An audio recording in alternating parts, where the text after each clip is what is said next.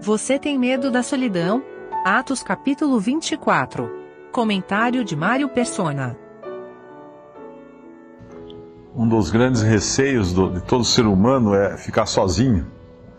Solidão é uma coisa que amedronta as pessoas.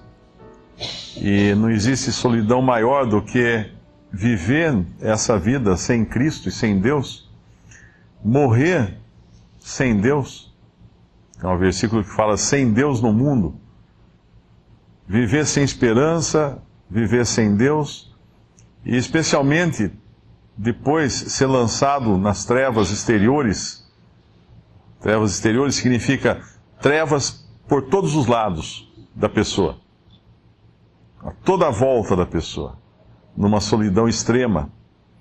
E finalmente receber um corpo, ou o seu corpo ressuscitado, né? No final, mas apenas para ser lançado no lago de fogo, também em eterna solidão. E que diferença é isso do que Deus preparou para o homem? Deus não quis solidão para o homem. Pelo contrário, na eternidade, antes de todas as coisas, antes que existisse o tempo e a matéria, Deus não estava sozinho, no sentido de que Deus é Pai, é Filho e é Espírito Santo. Então, o Senhor Jesus, ele fala no momento ele ora, fala assim, Pai, Tu me amaste antes da fundação do mundo. Já havia não só um relacionamento entre o Pai, o Filho e o Espírito Santo na eternidade, como havia o amor ali também. O amor era tanto que Deus preparou uma obra para salvar o homem, e para ter comunhão com o homem, e para guiar o homem aqui nessa vida, e para atravessar a passagem da morte junto com o homem, que Deus sabia que o pecado ia entrar no mundo e ia assim trazer a morte, e finalmente para que receber o homem salvo do outro lado dessa passagem da morte, e dar a ele também a ressurreição da vida, uma ressurreição que não é para a solidão eterna e para o castigo eterno, mas é uma ressurreição para desfrutar, junto com todos os salvos, da presença de Cristo nos céus. Então é interessante esse contraste entre aquele que ainda não tem a Cristo, que está perdido nos seus delitos e pecados, e aquele que tem. Porque uma coisa é solidão, a outra coisa é comunhão com Deus e com todos os salvos. Existe uma passagem, que é o Salmo 23, que nos fala do pastor, e tem o versículo 4 do Salmo 23,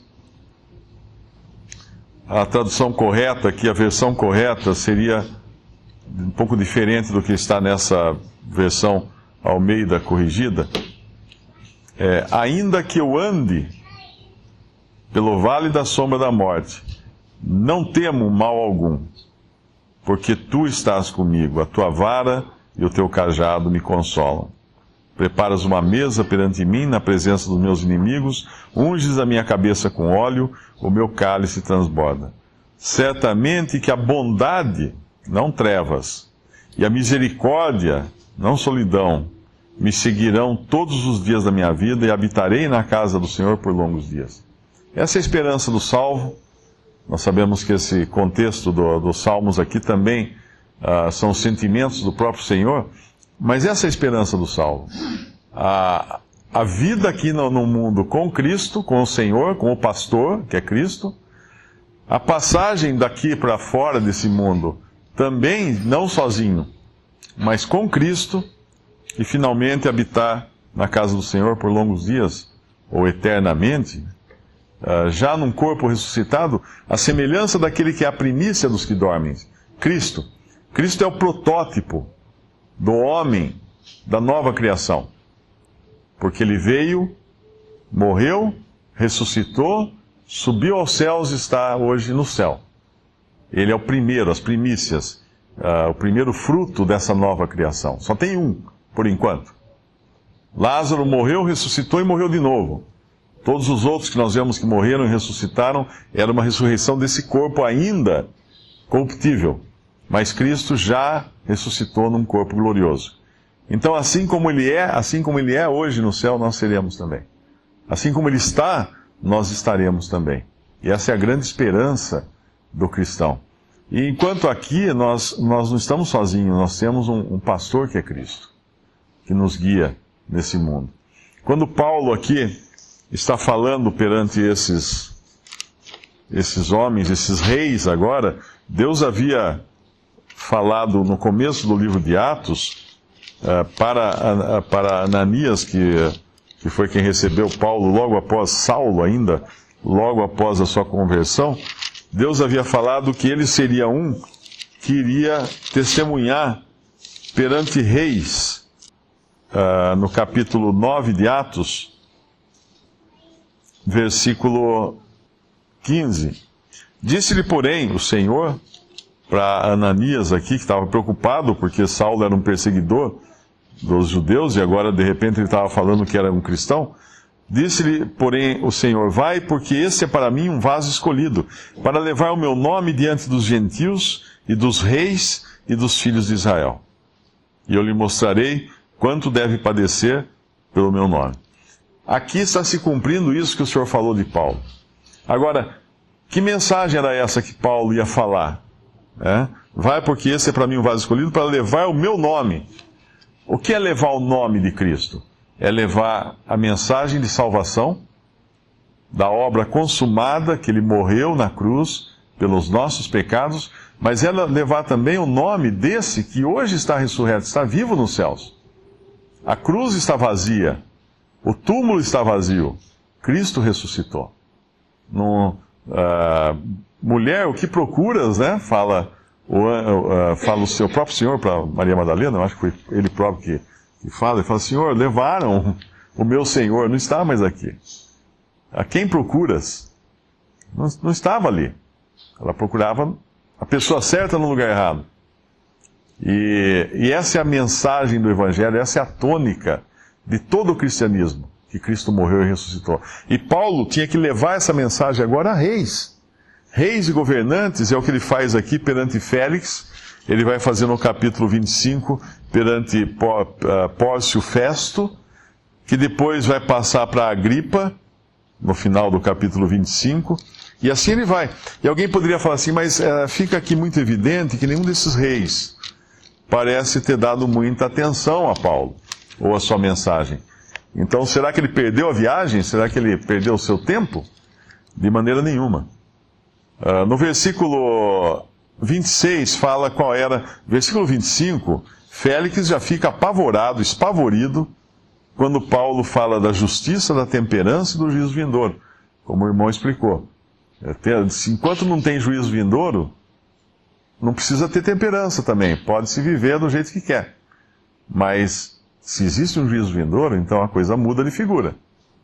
E isso assustou Félix. Mas, será que assustar só resolve? Não, porque ele é um homem vil, esse Félix.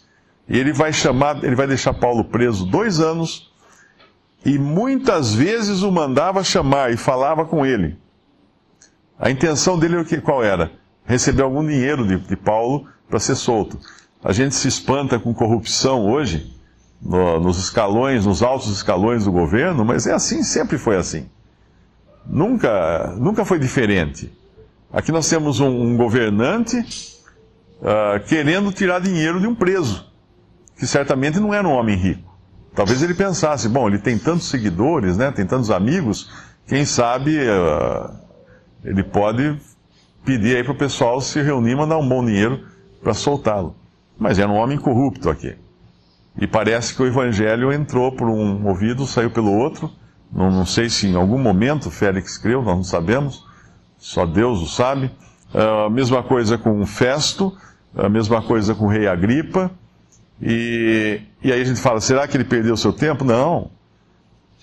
Cada vez que esse Félix mandava chamar Paulo, durante 2 anos, certamente Paulo falava de novo de Cristo. E se nós imaginarmos como era uma audiência dessa, qualquer rei, qualquer governador, qualquer presidente, qualquer pessoa de destaque num governo, quando tem uma audiência com alguém, ou mesmo num tribunal, um juiz, existe lá um grande número de pessoas que participam. Existiam todos os assessores desse Félix, existiam os soldados, a guarda, que estava ali para trazer Paulo, levar Paulo. Existiam pessoas dos mais diversos tipos ali, todos assistindo aquilo. Se Félix não tinha ouvidos para ouvir, outros tinham. Tanto é que numa das cartas Paulo fala para saudar aqueles que são da família de César. Como que os da família de César escutaram o Evangelho e se converteram? Certamente através de familiares de César, que nas audiências que aconteceram depois em Roma, né, que Paulo vai ser levado para Roma, escutaram o Evangelho da boca de Paulo. Como havia tantos entre os próprios fariseus, entre os próprios do Sinédrio, que creram, porque certamente estavam nessas audiências escutando. Ainda que o rei não ouvisse, ou o governador não escutasse, outros escutaram, outros creram.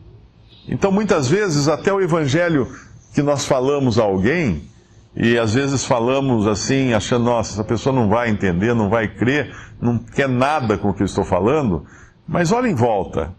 Tem crianças ouvindo, tem outras pessoas ouvindo, que não são exatamente o alvo da nossa conversa, mas quantos desses irão crer porque escutaram o evangelho, não sendo o objeto final da conversa, o alvo da conversa. E aqui Deus iria usar então Paulo diante desses governantes e trazendo essa mensagem que é sempre a mesma, né? E ela é sempre a mesma, mas como ela é nova. Como ela é nova. Eu me lembro uma vez conversando com uma jovem, eu falei do evangelho para ela, expliquei direitinho, falei, se você morrer agora, para onde você vai? Eu acho que eu vou para o céu. Por quê? Porque eu sempre procurei fazer o bem, nunca fiz mal para ninguém, eu procuro andar direito, etc, etc, etc. Tá bom. Aí expliquei o evangelho. Pela graça sois salvos mediante a fé. Isso não vem de vós, não de obras, não de boas obras, para que ninguém se glorie. Entendeu agora que não é pelas suas obras, não é pelo seu proceder, mas porque Cristo morreu por você e Cristo ressuscitou por você, que você pode ir para o céu? Agora eu entendi. Então o que vai acontecer se você morrer agora? Eu acho que agora eu vou para o céu, agora eu estou mais certo que eu vou para o céu. Por que você vai para o céu? Porque eu procuro ter uma vida honesta, procuro não fazer mal para ninguém. Então, se repete a mesma coisa, a pessoa parece que nunca escutou aquilo. E parece que não entrou na cabeça. Parece que não entrou no coração. Então essa é a mesma, mas o poder está justamente na palavra de Deus. O Evangelho, não a pessoa que prega, não a eloquência de quem fala, mas o Evangelho é o poder de Deus para a salvação de todo aquele que crê.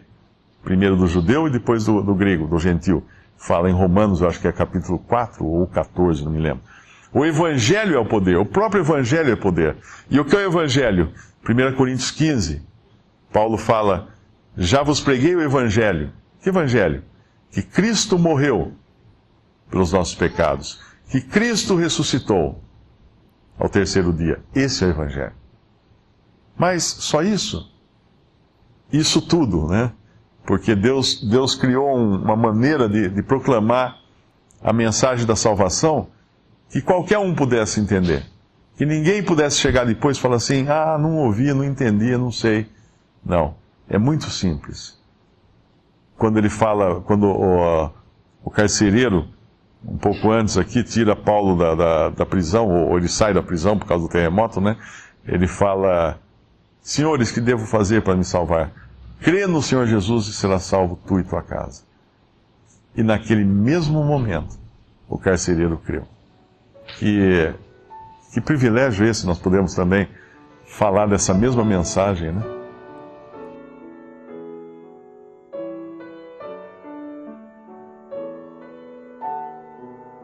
Visite Respondi.com.br. Visite também 3minutos.net.